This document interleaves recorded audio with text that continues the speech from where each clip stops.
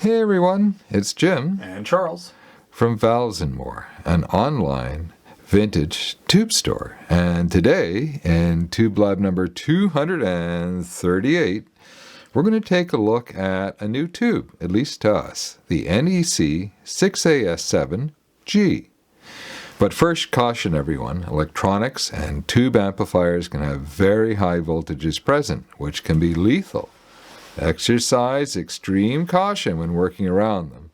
Always consult a professional technician when in doubt. Well, as we get closer to releasing our new OTL kit headphone power amp, our attention has turned to our inventory of 6AS7 6080 tubes. And Charles found an older NEC version that we didn't even know existed. And of course, we always send out a complete complement, actually, of nice vintage tubes to the test builders as a thank you. And we're sort of sorting through and seeing what we have a lot of. And we unfortunately don't have a lot of the NECs. But hopefully we'll be able to find some more. Yeah.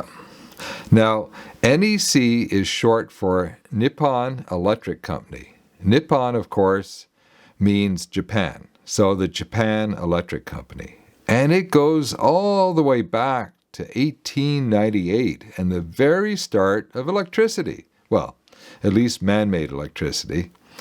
And as Charles mentioned in a previous episode, the vacuum tube manufacturing side of their operation was set up by Western Electric, one of the most famous tube manufacturers in history. So needless to say, whenever we find an NEC audio tube, we get very interested. Let's take a closer look at them, and then we'll listen to a test track on the first production build of the new OTL kit headphone power amp. I'm going to say it as often as I can in this show. It's quite a mouthful, though. And we're also going to use the great-sounding Rocket Preamp to drive it. Okay, Charles. What have you got? All right, so we actually have two different 6AS7 type tubes up here to compare them. The 6AS7 is just the earlier version of the 6080, and otherwise they are essentially electrically identical. The 6080 essentially upgraded the base and changed the bulb style. There were some that were kind of in between this ST-shaped bottle and the later sort of shorter what would it be called? A bit of a fat dome glass. Now, what does ST stand for? Shoulder type. So that's just this sort of bump in here. Some people call them Coke bottles as well. I think everybody calls them Coke bottles. Yeah, that sounds more fun. Anyway, so the earlier 6AS7 types were basically all done in this sort of format here. There are bigger tubes, but the plate structure essentially stayed the same over the years as they changed. But you know us, we like the older tubes. They tend to sound better. And these are now two of our favorites here. So this is the earlier Svetlana. That's actually a later production one. Yep, 1985. But you can see they didn't change them very much over the years. I don't know if they ever made a short bottle version of this. I think most of our inventory is from the 1970s. And they are amazing sounding 6AS7s. They are one of our favorites. Just from demoing them in our first prototype of the 6AS7 amp, they are absolutely wonderful sounding. Now, have we ever met a Svetlana tube we didn't like? No. So we're always looking for more. And just like with the NECs, they sound fantastic. But you can see the similarities and the differences between these two. And this is really common with the 6AS7 6080 types.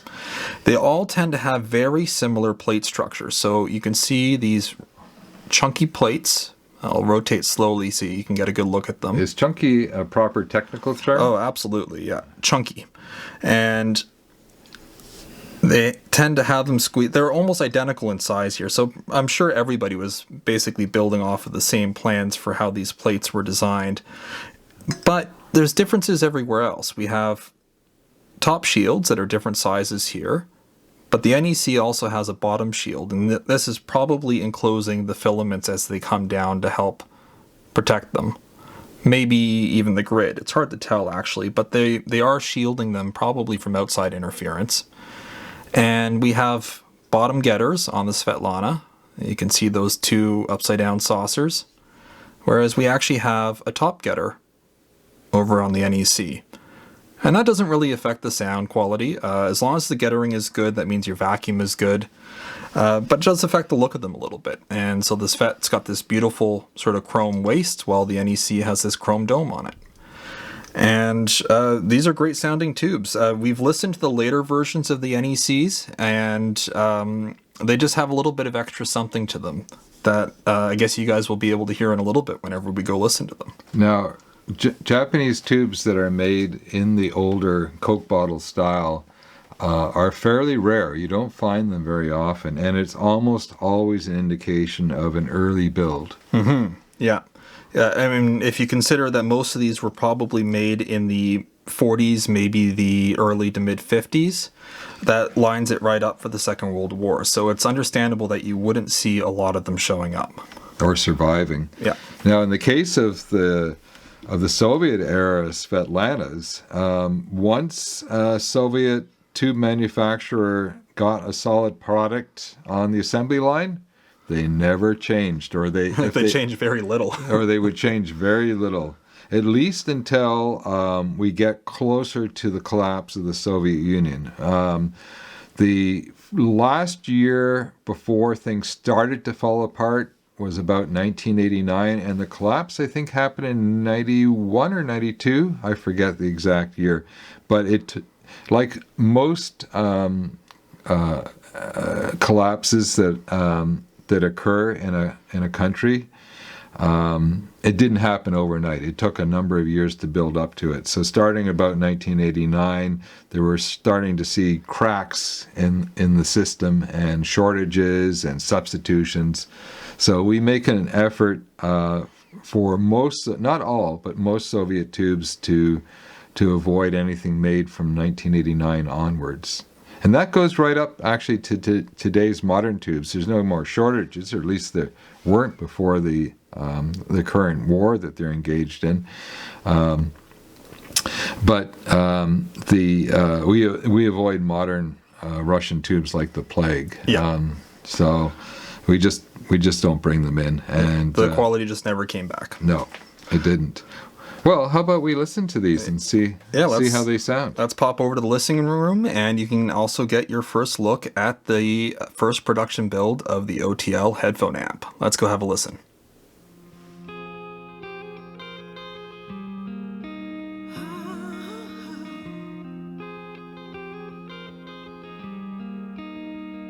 I hope you're feeling happy now. I see you feel the pain, all it seems. I wonder what you're doing now. I wonder if you think of me at all. You used to play the same moves now, or all the special moves for someone else. I hope you're feeling happy now. Just because you feel doesn't make it right. Oh no. Just because you feel good, still want you here tonight. Just left us to discover you. I see through all those smiles, it looks alright. Do you still have the same friends now to smoke away your problems and your life? Or how do you remember me? The one that made you laugh until you cried. I hope you're feeling happy now. Just because you feel good doesn't make it right. Oh no. Just because you feel good, still want you here tonight. Want you. Well, that was it's actually a new test track.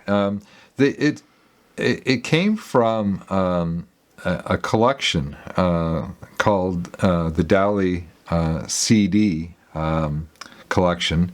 And Dali is a Scandinavian speaker manufacturer. And years ago, they were just I think, so fed up with the lack of quality test tracks for when they did audio shows that they started issuing on a semi-annual basis a CD collection.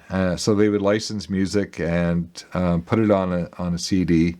And I think there's a total of 5, maybe even 6 of the CDs. They're just called Dali Volume 1, Volume 2.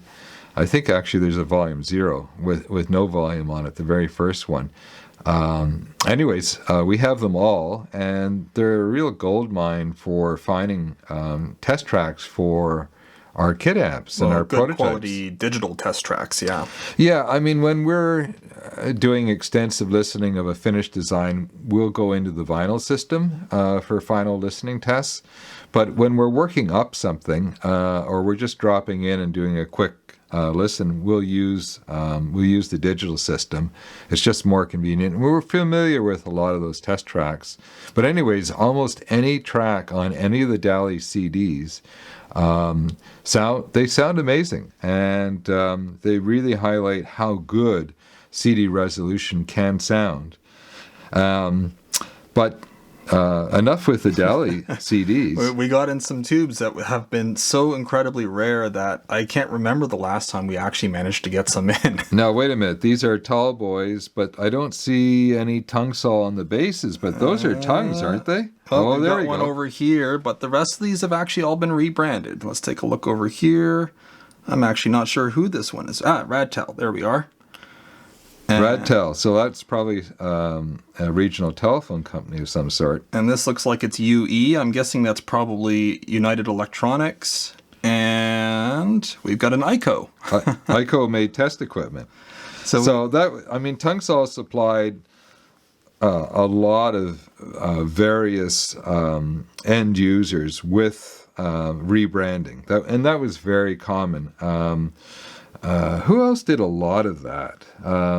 Well, just about everybody, Just really. about everybody. At least in terms of the North American manufacturers. Yeah. Yeah. So finding close match pairs of 6SN7 GTB Tung-Sol Tull boys is really hard for a couple of reasons. One, Tung-Sol just did not have the production numbers that Sylvania, RCA, Mullard, Philips, GE had. So right off the bat, there weren't nearly as many of these things made.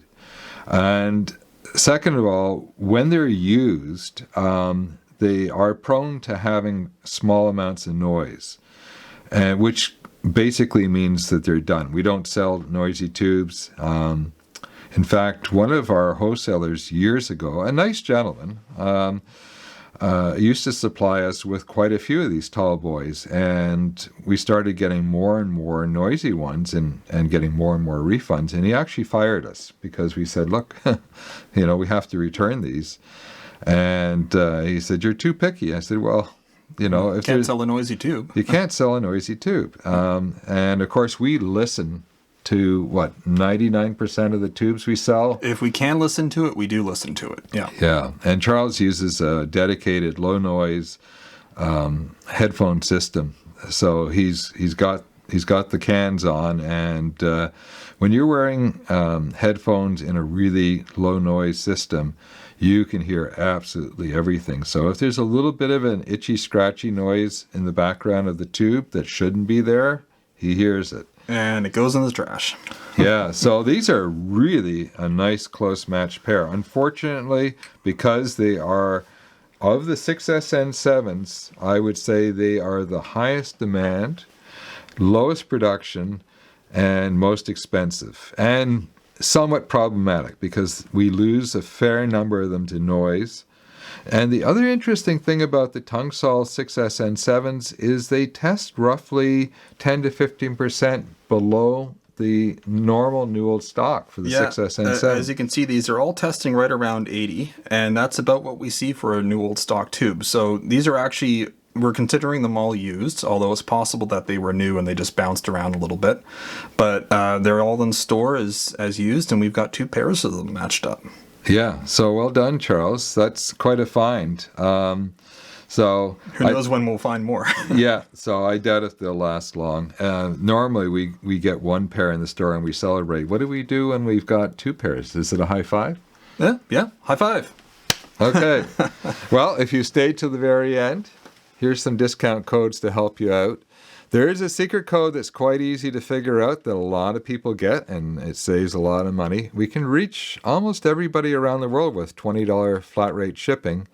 And if the order is $150 or more after the discount, the shipping's on us, folks. Stay safe, everyone. This is Jim. And Charles. Signing off. Cheers, everyone.